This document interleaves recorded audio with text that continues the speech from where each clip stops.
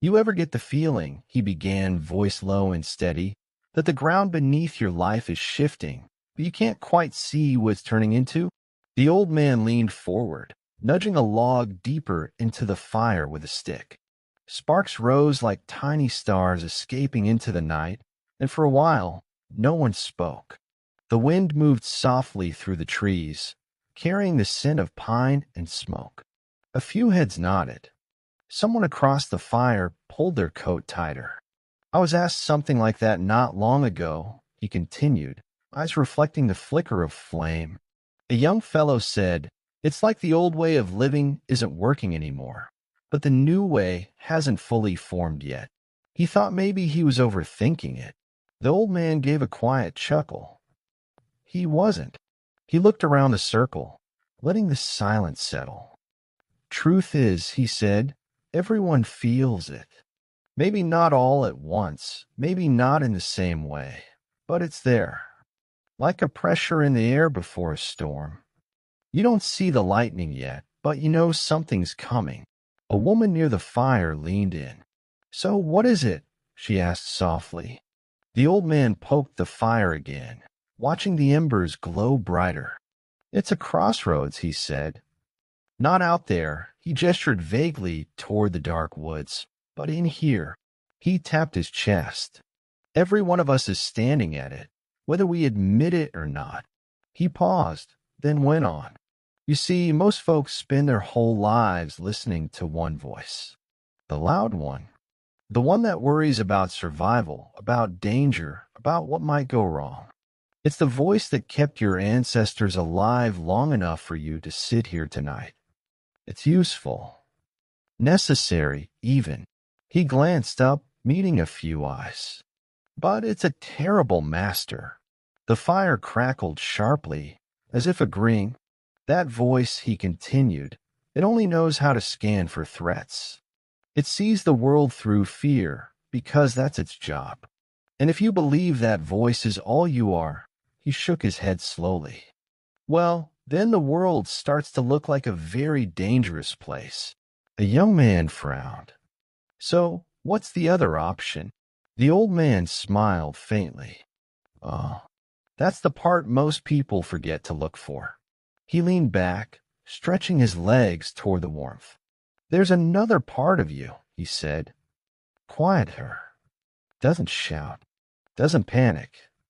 It doesn't spend its time trying to protect the body like it's the only thing that matters. And because it's quiet, most folks ignore it. Or worse, they don't even realize it's there."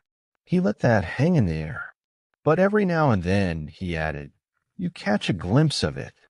Maybe when everything goes still.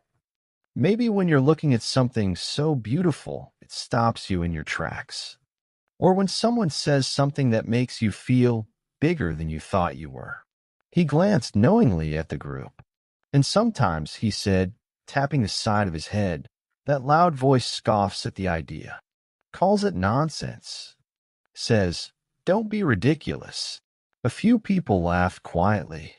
"Yeah," the old man nodded. "That's the one that's been running the show." He picked up a small stone and turned it in his hand. "Most of what we think we are," he said, "was handed to us by parents, by teachers, by the world we grew up in. We didn't question it, we couldn't. We just built ourselves out of it, piece by piece.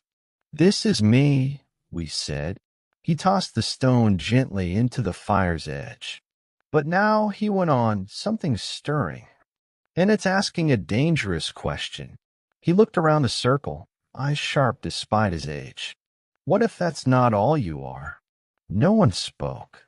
The wind passed through again, carrying a faint chill. "That feeling people are having," he continued more softly, "that discomfort, that sense that things aren't working the way they used to. That's not something going wrong." He shook his head. "It's something trying to wake up." A long pause followed. The fire settled into a steady glow. "So what do you do?"